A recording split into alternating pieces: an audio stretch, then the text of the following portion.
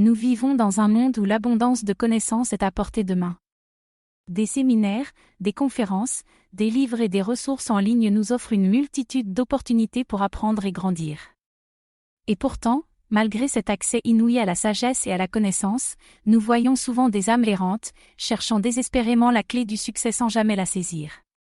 C'est une réalité difficile à accepter, mais le simple fait de participer à des séminaires ne garantit pas la réussite.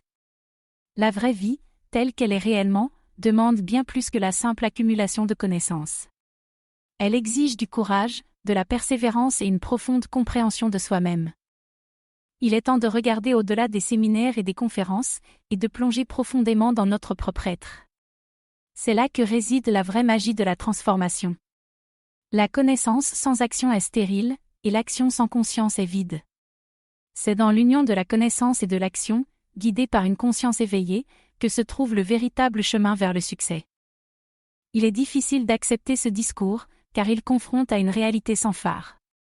Il n'y a pas de formule magique, pas de recette miracle pour une vie épanouie. Tout ce qui reste, c'est l'effort, le travail, une dévotion intense dépassant celle de tout être divin. À quoi cela ressemble-t-il ? Pas plaisant, c'est certain. C'est pourquoi j'ai conseillé de ne pas réaliser ce documentaire sur des illusions.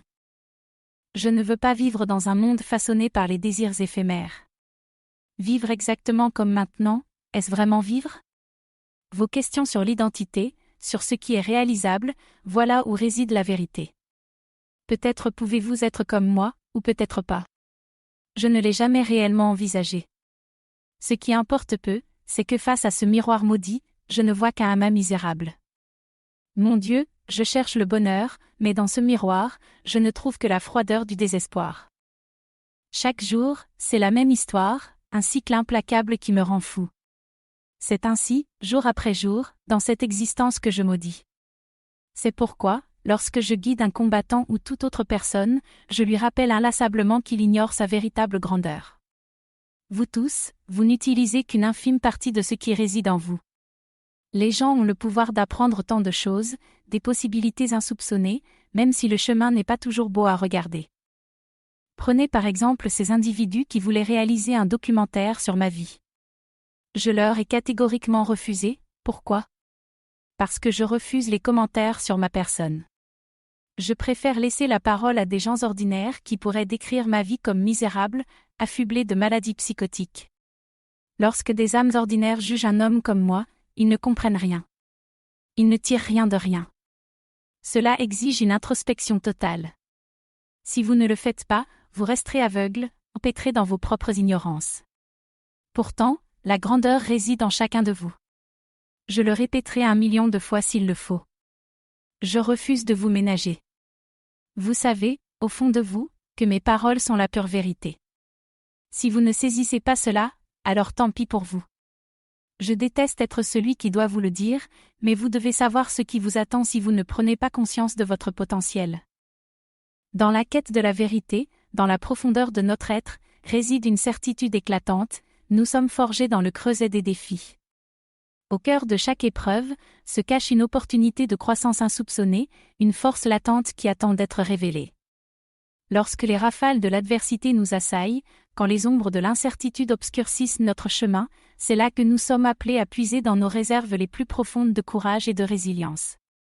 Les épreuves, bien loin d'être des fardeaux insurmontables, sont les édifices sur lesquels se construit notre caractère. Dans les profondeurs glacées des montagnes, là où seuls les bravos s'aventuraient, le cercle des neiges témoigne de la ténacité humaine. Les survivants d'un crash d'avion, en proie à l'hostilité de la nature, ont défié l'indicible. Pendant 62 jours, ils ont affronté l'implacable froid, la faim dévorante, la peur rampante et les blessures béantes. Dans l'ombre des sommets, au bord du précipice de la mort, ils ont trouvé la force de continuer. Ce qui frappe le plus dans cet épisode, c'est la résilience inébranlable de l'esprit humain. Aucun murmure de désespoir, aucun soupir de capitulation n'a troublé leur détermination. Face à l'abîme, ils ont choisi de lutter, de se battre avec une férocité indomptable. Leur histoire résonne comme un hymne à la force qui sommeille en chacun de nous. Les temps difficiles, loin d'être des ennemis à redouter, sont les artisans de notre transformation. Ils sculptent nos âmes, polissent nos faiblesses, et révèle notre véritable nature. Dans l'obscurité de l'adversité, nous découvrons la lumière de notre propre potentiel. Que nous soyons confrontés à la tempête ou bercés par la quiétude, rappelons-nous toujours, notre force réside dans notre capacité à embrasser les défis avec audace et détermination.